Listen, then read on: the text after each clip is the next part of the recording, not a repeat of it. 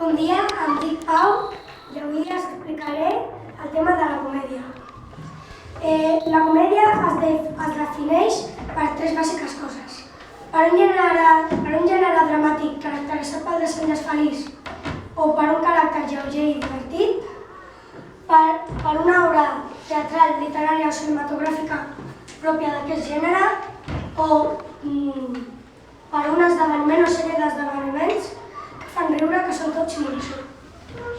Com característiques, el personatge protagonista sol ser comú i corrent i representar un arquetip, és a dir, mentider, esclatar, morrir, enamorat, etc.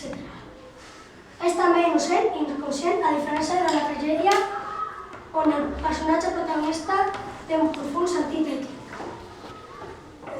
En la comèdia, el protagonista considera la seva moral com una qualitat important, la qual cosa el fa ser molt vital, encara que això és més aviat un obstacle pel personatge.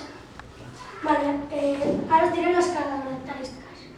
Les característiques són usar personatges corrents i no héroes ni déus, perquè així el públic se senti identificat amb ells, explicar fets quotidians, introduir elements còmics i explorar els defectes del caràcter de les persones o de la societat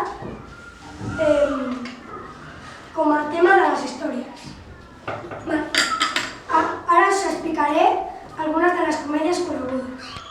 Algunes de les comèdies conegudes són Històries de Filadèlfia, El secret de viure, La quimera de l'or, Tot el que va voler saber sobre el sexe i no es va atrevir a preguntar, Casino Royale i The Naked Gun.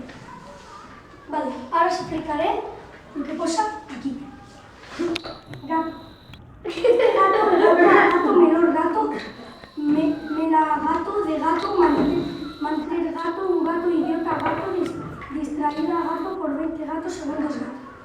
Aquí nada, entendeu nada.